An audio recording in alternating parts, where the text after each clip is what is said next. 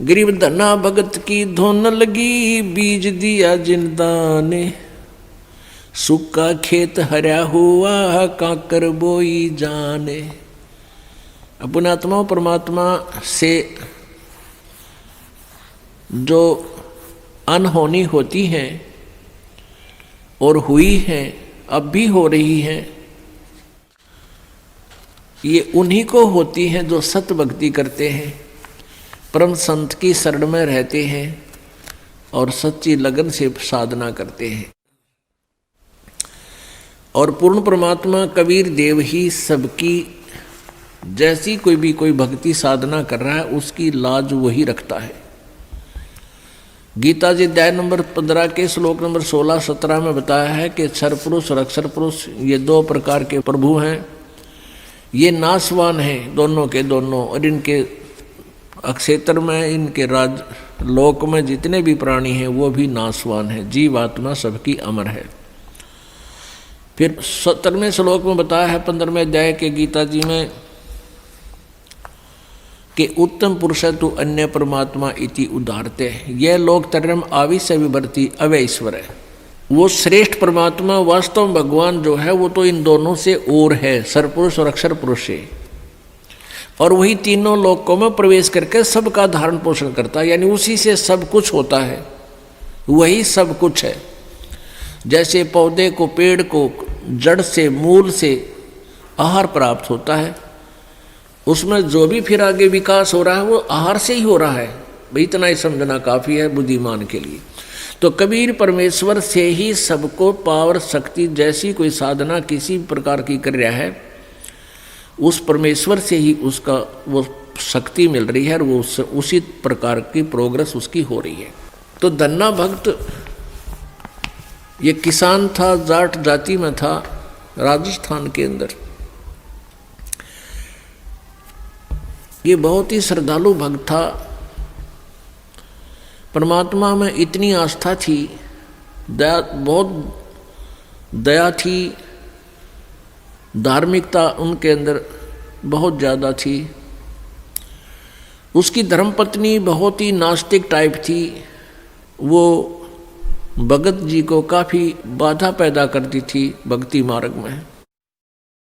फिर भी भक्त अपनी श्रद्धा और स्वभाव से कभी विचलित नहीं होता था, क्योंकि राजस्थान के अंदर बहुत पहले की बातें हैं, 400 वर्ष पहले, तो वर्षा हो जाती थी तो अन्न होता था, ज्वार बाजरे बोआ करते थे, अन्यथा बहुत ही भूखमरी होती थी, गरीबी बहुत थी, निर्धनता बहुत थी। एक बार वर्षा हुई और धन्ना भगत की बीज बोने के लिए, ज्वार बोने के लिए चल पड़ा। रास्ते में 4 संत भगत आ गए और भगत को देख करके भगत प्रणाम करते हैं, गदगद होते हैं, बैल खड़े कर लिए, वो जो ऊंट था वो खड़ा कर लिया और हाथ जोड़कर प्रणाम किया, नमस्कार हो संतों को, राम राम कही और कुशल मंगल पूछा भगत ने। तो उन भक्तों ने बताया कि कुशल काहे की है भगत, 4 दिन हो गए रोटी नहीं खा ली, 3-4 दिन हो गए कोई अन्न नहीं मिला, हम ऐसे तीर्थ यात्रा पर जा रहे हैं। अब धन्ना भगत जी ने सोचा 4 दिन हो गए रोटी नहीं खाई, ये मरेंगे, निढाल हो रहे हैं बिल्कुल। कहा ले ये ज्वार खा लो। ज्वार थी, बीज बोन गया था, वह ज्वार रखती, भूखे मरे थे, मार गए गले, फटाफट खा गए सारी ने। अब भगत ने सोचा ज्वार तो खा ली भगतों ने, और बीज ना बोया तो पड़ोसी लोग जाके घर में बताएंगे, पड़ोसी किसान, कि आपके खेत में बीज क्यों नहीं बीजा तुमने, और फिर मेरी पत्नी है वो मेरा सिर खावेगी, लड़ाई करेगी। उसने कंकर उठा ली, कहीं से ही कंकर इकट्ठी कर ली खेतों से और वो डाल ली थैले में और जैसे और किसान बीज बीजे थे ऐसे डाला सारे का और उसके ऊपर का हल चला के आ गया। अब कुछ दिनों के बाद क्या हुआ कि अन्य पड़ोसियों के तो ज्वार उगगी और भगत जी के खेत में ये मतीरे तुम्बे, ये मतीरे से मोटे मोटे हुआ कर ये तुम्बे उग गए, जो सीताफल जितने बड़े बड़े हुआ कर तुम्बे। अब एक पड़ोसन ने जाके उसकी पत्नी से कहा, धन्ना भगत की पत्नी से, उससे पूछा कि तुमने ज्वार नहीं बीजी थी क्या? धन्ना भगत की पत्नी ने कहा, क्या मतलब? कि आपके खेत में तो वो तुम्बे मतीरे अपने आप उग गए हैं, वो तो आप उग गया करे, वहाँ बोने नहीं पड़ते राजस्थान के एक क्षेत्र में। कहने लगे आपने कुछ बीजे नहीं रखा, उसमें तो निरा कुबाड़ जाम गया, वो तुम्बे पैदा हो गए, इतने पड़े हैं बिना गिनती के, इसे मोटे मोटे। अब उसने सोचा कि भगत मार गया डंडी दिखे। धन्ना भगत की पत्नी ने सोचा भगत जी कर गया गड़बड़ और इसने बीज भी कितने दान में दिया होगा। अब उसने सोची एक मैं खेत देख कर आऊँ, पाछे मगज मारूंगी इसके लिए। अब वो खेत में अपने पति से कहने लगी कि खेत में जाके आऊँ, मैं ज्वार देख कर आऊँ। भगत जी बोलिया है को नहीं। भगत जी को तो पता था वहाँ क्या मिलेगा, अपना चुप बैठा। और वो भगत धन्ना भगत जी अपने मित्रों के साथ उसी समय बातें करता था, भक्ति की चर्चा जब हुआ कि तक खेत खात में चली जाया करती। वह खेत में गई, उधर से अपने भक्तों के भगत आगे उड़े बैठे बैठे भगवान की चर्चा कर रहे हैं, आंखों में आंसू आ रहे हैं। और वह भगतनी आव है कति लाल पीड़ी हुई है, जान गया भगत आ गई या तो भाई करड़ाई। अब देखी जाएगी, जो होगा ही होना तो है ही। और वह कहकर एक मतीरा तोड़ जाई, तुम्बा इतना बारा मोटा सर पर धरी नो, अब इसका सर में मारूंगी। आकर ने बोली भगत जी खेत में बीज ज्वार बोक आया था। भगत जी नो कर ली नाड़ तले ने, और उसने नो सर में मारा। वो मतीरा मारने के उद्देश्य से नो सर में ठोकन खातिर वो नो कर गया थोड़ा सा, वो धरती में लाग के फूट गया। नो बोली बालक तन्ने खाएंगे के उड़ा मतीरे उग गए सारे, तो बीज कित फूक आया।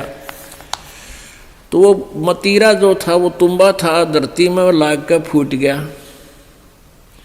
फूट गया तो उसमें एक दड़ी यानी 5 किलो लगभग ज्वार निकली। ज्वार अब एक बार तो अब भगत जी की तरफ देखा, वो नौकरें पड़ा था, एक तरफ देखा ज्वार का न अक्तुम्बे में तो ज्वार निकल आई। और वो न्यू बार बार देखा है, भगत जी ने भी देखा कि मैं शांत होगी के चक्कर है, उन्हें देखा तो तुम्बे में तो ज्वार निकल रही है। तो भगत ने 100 शुक्र मनाए, परमात्मा करड़ाई टाल दी, या ज्वार ने रोए थी या दरी ज्वार आपने दे दी।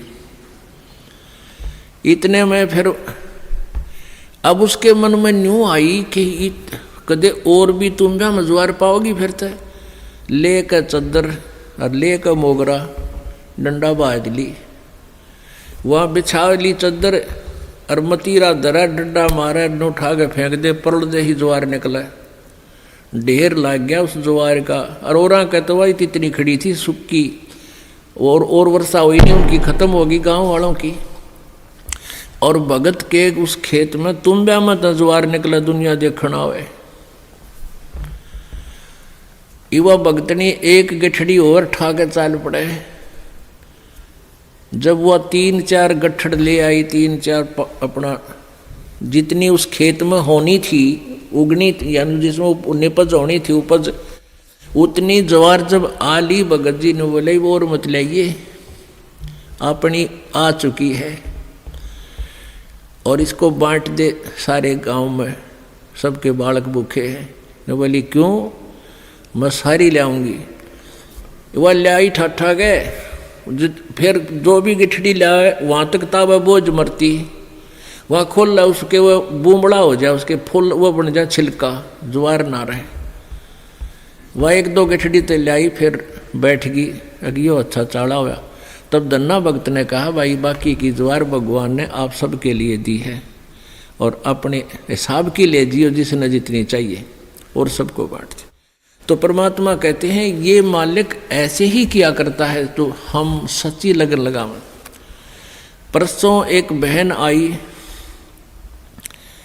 रेवाड़ी साइड की, वह 10-8-9 वर्ष से नाम ले रही थी। उसका पति नाम नहीं ले हुआ था, वो गुटी छुट्टी लावा था। फिर उसने वो तकलीफ होगी, कोई बीमार सिमार हो गया, उसने भी नाम ले लिया। वो नाम लेकर गए थे, वो अकेला वो ले गया था, वह पत्नी उसको दिलाकर नाम लेकर गई थी। वो पहले से लिए हुई थी नाम उसकी पत्नी। वो ना माना करता पहले बिल्कुल भी, वो बीमार सिमार सा हो गया, फिर नाम ले लिया। उसके पति ने 1700 रुपये रखे थे, गरीब सा काम, बिल्कुल निर्धन से है। और 1.5 और 15 नोट थे 10-10 के 150 रुपये उन 1700 में। तो उसकी पत्नी को कुछ पैसों की आवश्यकता थी, भगत ने कहा कि वहाँ से उठा ले, 1700 रुपये रखे हैं। तो उसने देखा वो 1700 तो रखे थे, उसमें उसने थोड़े से चाहिए थे, 100-200 निकाल लूँ। तो उसमें देखा तो 1700 तक होना, वो जो 10-10 के नोट थे वो 1-1 हज़ार के बन गए। वो 15,000 रुपये तो वो 150 रुपया के हो गए, और बाकी वो जो 1700 का जोड़ अलग रह गया, 1450-1500 वह न्यारी। तो वह कहने लगी भगत ने, अकाइयत न के दिखाऊं, क्या अब देख के कर दिया परमात्मा ने, हमारे गुरुदेव ने, कबीर परमेश्वर ने के कर दिया कि ये तो घने रुपये हो गए, 15,000 हो गए, ये तू 150 बताओ था तो 1500 है बोला।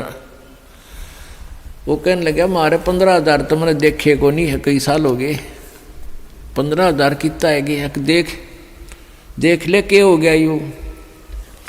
तो भगत ने कहा है कि तुम्हें घने दिन पहले की नाम ले रही है, गुरुजी ने के बारे में आप ही ज़्यादा जानते हो, मन तैयबा नाम लिया है, ये के कर दिया हमारे घर पे, यानी तू ही ज़्यादा जान सकती है आपके भगवान के बारे में। तो पुण्यात्मा हुआ बेबे, फिर यहाँ पैसे लेकर आई, पाठ करवाया। ने बोले जी ये वो नोट कति नए कति जानो ये गड्डी में काट के लाए, ऐसे 5 नोट उस बहन ने दिए यहाँ पर। तो पुण्यात्माओं पहले तो एक उदाहरण धन्ना भगत जी का आज तक गुणगान किया जाता है, और यहाँ परमेश्वर कबीर जी की कृपा से, उस परम पिता परम अक्षर ब्रह्म की रजा से, या गिनती नहीं इसे चमत्कारों की।